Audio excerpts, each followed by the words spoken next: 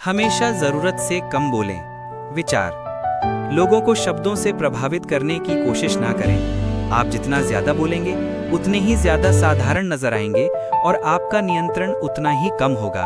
अगर आप अपनी बात को अस्पष्ट, गोलमोल और अजीब रखेंगे तो आपकी नीरस बात भी मौलिक लगेगी। सशक्त लोग कम बोलकर प्रभावित करते हैं और रौबदार दिखते हैं।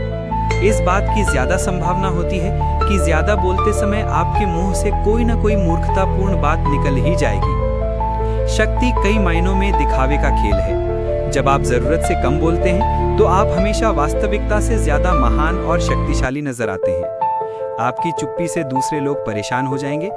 इंसान विश्लेषण और स्पष्टीकरण करने वाली मशीनें हैं। वे ये जानने की फिराक में रहते हैं कि आप क्या सोच रहे हैं। जब आप अपने शब्दों को सावधानी से नियंत्रित करते हैं तो वे आपके इरादों या आपकी मंशा को नहीं समझ पाते हैं। आपके संक्षिप्त जवाब या खामोशी से वे रक्षात्मक हो जाएंगे और बीच में कूद पड़ेंगे। आपकी खामोशी के खाली स्थान को भरने की हड़बड़ी में वे घबराकर कुछ भी बोलने लगेंगे, जिससे आपको उनके और उनकी कमजोरियों के बारे में बहुमूल्य जानकारी मिलेगी। आपसे मिलकर जाने के बाद उन्हें ऐसा लगेगा जैसे वे लुट गए हों। घर जाकर वे आपके हर शब्द पर गहराई से विचार करेंगे।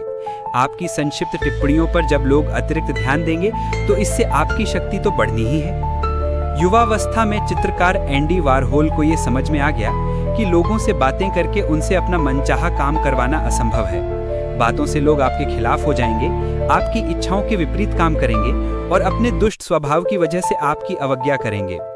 उन्होंने एक मित्र से एक बार कहा था, पटकथा लेखक माइकल आल 1944 में न्यूयॉर्क गए।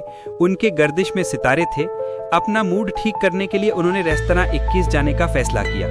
वहां लॉबी में सैम गोल्डविन से टकरा गए, जिन्होंने रेस हॉर्स खरीदने की अव्यावहारिक सलाह दी। बार कैटेगरी में पहुंचने पर उनकी मुलाकात लुइस बी मेयर से हुई, जो पुराने परिचित थे। मेयर ने आर्लेन से पूछा कि उनके लिए एक फिल्म की योजना है और आर्लेन ने संक्षेप में जवाब दिया, और हाँ, मैं सैम गोल्डविन से बात कर रहा था। मेयर ने बात कहीं खत्म कर दी और उनके लिए कोई फिल्म नहीं बनाई। नियम, मैंने ये सीखा है कि जब आप चुप रहते हैं तो दरअसल आपके पास ज्यादा शक्ति होती है। बाद के जीवन में वारहोल ने इस तकनीक का इस्तेमाल बहुत अच्छी तरह किया। इंटरव्यू में वे भविष्यवाणी ओराकल की तरह बहुत संक्षिप्त वाक्य बोलते थे। वे कोई जटिल और रहस्यमयी बात कह देते थे और इंटरव्यू लेने वाला इस उधेड़बुन में रहता था कि इसका न जाने क्या मतलब होगा। वह सोचने लगता था कि वारहोल के अर्थहीन दिख रहे वाक्यों के पीछे कोई गहरी बात छिपी होगी। वारहोल अपनी पेंटिंग्स के बारे में कभी बातें नहीं करते थे। वे इसके विश्लेषण का काम दूसरों पर छोड़ देते थे।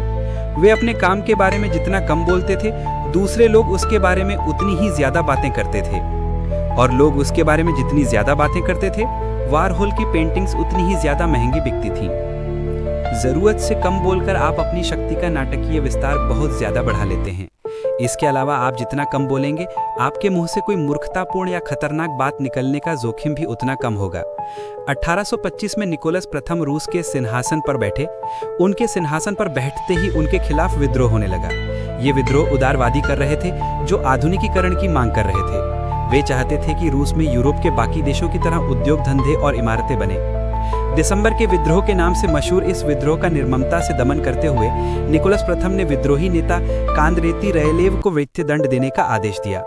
रयलेव को फांसी के देने के तख्त पर खड़ा किया गया और उसके गले में रस्सी बांधी गई। फिर नीचे से तख्ता हटा दिया गया, लेकिन रयलेव जैसे ही रस्सी से झूला, रस्सी टूट गई और वो जमीन पर गिर पड़ा। उस वक्त इस तरह की घटनाएं ईश्वर का इंसाफ मानी जाती थी, और जो व्यक्ति मृत्युदंड से इस तरह बच जाता था उसे आमतौर पर माफ कर दिया जाता था। जब रयलेव अपने पैरों पर खड़ा हुआ तो उसे चोट तो लगी थी, लेकिन उसे यकीन था कि उसकी जान बच गई है। इसलिए वो भीड़ से चिल्लाकर बोला, तुम लोगों ने देखा, रूस वाले कोई भी काम ठीक तरह से नहीं कर सकते, उन्हें तो रस्सी बनाना भी नहीं आती है। एक संदेशवाहक तत्काल ये खबर लेकर सम्राट के पास गया कि मृत्युदंड नहीं दिया जा सका। इस निराशाजनक खबर से चिंतित होने के बावजूद निकोलस प्रथम विद्रोही नेता रयलेव के माफीनामे पर हस्ताक्षर करने लगे। लेकिन तभी उन्होंने संदेशवाहक से पूछा, क्या इस घटना के बाद रयलेव ने कुछ कहा था? संदेशवाहक ने जवाब दिया, उसने कहा था कि रूस वालों को तो रस्सी बनाना भी नहीं आती है। सम्राट ने माफीनामे को फाड़ते हुए कहा, अगर ऐसी बात है तो हम उसकी बात को गलत साबित करके दिखाएंगे। अगले दिन रयलेव को दोबारा फांसी के फंदे पर लटकाया गया और इस बार रस्सी नहीं टूटी। एक बार बाहर जा चुके शब्दों को दोबारा नहीं लौटा सकते, उन्हें नियंत्रण में रखें। व्यंग के प्रति खास तौर पर सावधान रहें।